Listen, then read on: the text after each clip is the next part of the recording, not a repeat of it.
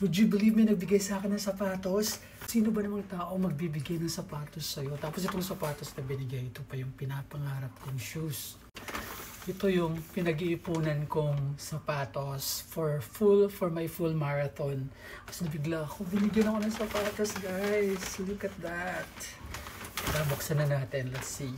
This is the shoes na pinaplano ko talagang bilhin. Yun, kaya sobrang saya ko. May nagbigay sa akin ng shoes na to. So bigla na lang akong napapunta sa isang lugar para kunin tong sapatos na binigay sa akin. Ito yung shoes. Oh, diba? Evo SL from Adidas. Pang full marathon natin. Yay! Just so happy. I'm just so grateful na may isang tao na nagbigay sa atin nito. Kasi yung run ko, guys, nakaschedule siya, yung full marathon, August 10. Sabi ko, kailangan makabili ako ng sapatos na to, Evo SL, before August.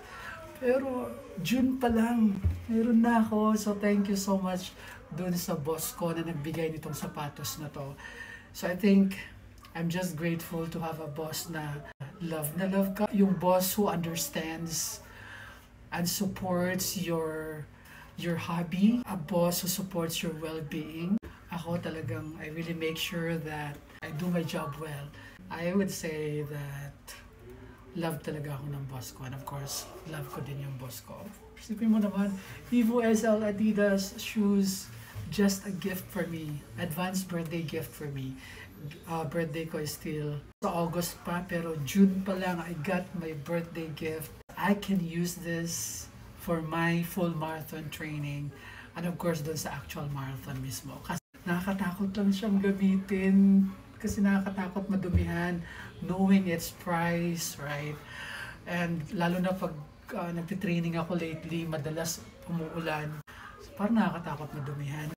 Just wanna share with you guys, I have this pair of shoes from Adidas, an advanced birthday gift from my boss. Evo SL is in the house.